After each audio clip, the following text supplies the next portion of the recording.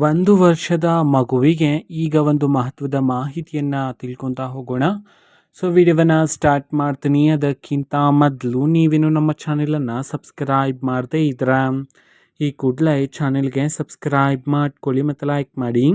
ಈಗ ನಾವು ಇನ್ಫಾರ್ಮೇಷನನ್ನು ತಿಳ್ಕೊತಾ ಹೋಗೋಣ.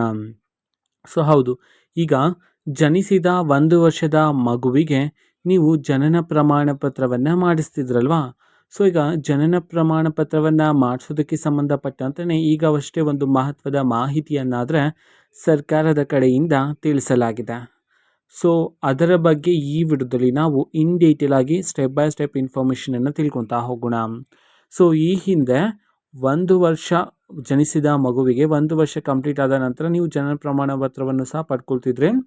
ಸೊ ಆದರೆ ಇನ್ನು ಮುಂದೆ SDMಯಿಂದ ನೀವು ಅನುಮತಿಯನ್ನು ಪಡೆಯಬೇಕಾಗಿರುತ್ತೆ. ನೀವು ಜನನ ಪ್ರಮಾಣ ಪತ್ರವನ್ನು ಪಡಿಬೇಕಂತಿದ್ರೆ ಅದಕ್ಕಿಂತ ಮೊದಲೇ ನೀವು SDMನಿಂದ ಅನುಮತಿಯನ್ನು ಪಡೆಯಬೇಕಾಗಿರುತ್ತೆ ಅಂತ ಹೇಳಿ ಈಗ ಒಂದು ಮಹತ್ವದ ಮಾಹಿತಿಯನ್ನು ತಿಳಿಸಿರ್ತಕ್ಕಂಥದ್ದು. ಅಥವಾ ನೀವೇನಾದರೂ ಗ್ರಾಮೀಣ ಪ್ರದೇಶದಲ್ಲಿದ್ದರೆ ಸೊ ನಿಮಗೆ ಈ ಒಂದು ಪತ್ರವನ್ನು ಪಂಚಾಯತ್ ಕಾರ್ಯದರ್ಶಿಗಳೇ ನಿಮಗೆ ಈ ಒಂದು ಪತ್ರವನ್ನು ನೀಡಲಾಗುತ್ತೆ ಅಂತ ಹೇಳಿ ಇದೀಗ ಒಂದು ಮಹತ್ವದ ಮಾಹಿತಿಯನ್ನು ತಿಳಿಸಿರ್ತಕ್ಕಂಥದ್ದು.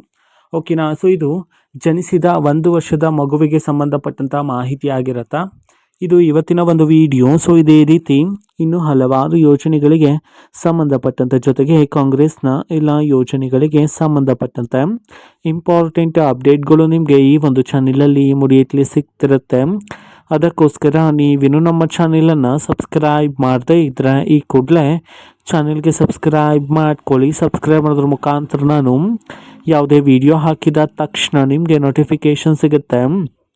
ಅದರ ಮುಖಾಂತರ ನೀವು ಬೇಗನೆ ವಿಡಿಯೋವನ್ನು ನೋಡ್ಬೋದಾಗಿರುತ್ತೆ ಮತ್ತು ಆ ವಿಡಿಯೋದಲ್ಲಿರುವ ಇನ್ಫಾರ್ಮೇಷನನ್ನು ನೀವೀಗ ತಿಳ್ಕೊಬೋದಾಗಿರುತ್ತೆ. ಮತ್ತೀಗ ನಾವು ಫೇಸ್ಬುಕ್ಕಲ್ಲೂ ಸಹ ಈಗ ವಿಡಿಯೋಸ್ಗಳನ್ನು ಅಪ್ಲೋಡ್ ಮಾಡ್ತಿದ್ದೀವಿ. ಫೇಸ್ಬುಕ್ ಚಾನೆಲ್ ಲಿಂಕನ್ನು ಡಿಸ್ಕ್ರಿಪ್ಷನ್ ಬಾಕ್ಸಲ್ಲಿ ಕೊಟ್ಟಿರ್ತೀನಿ, ಕ್ಲಿಕ್ ಮಾಡಿಬಿಟ್ಟು ಫಾಲೋ ಮಾಡಿ. ಓಕೆನಾ. So thank you, bye.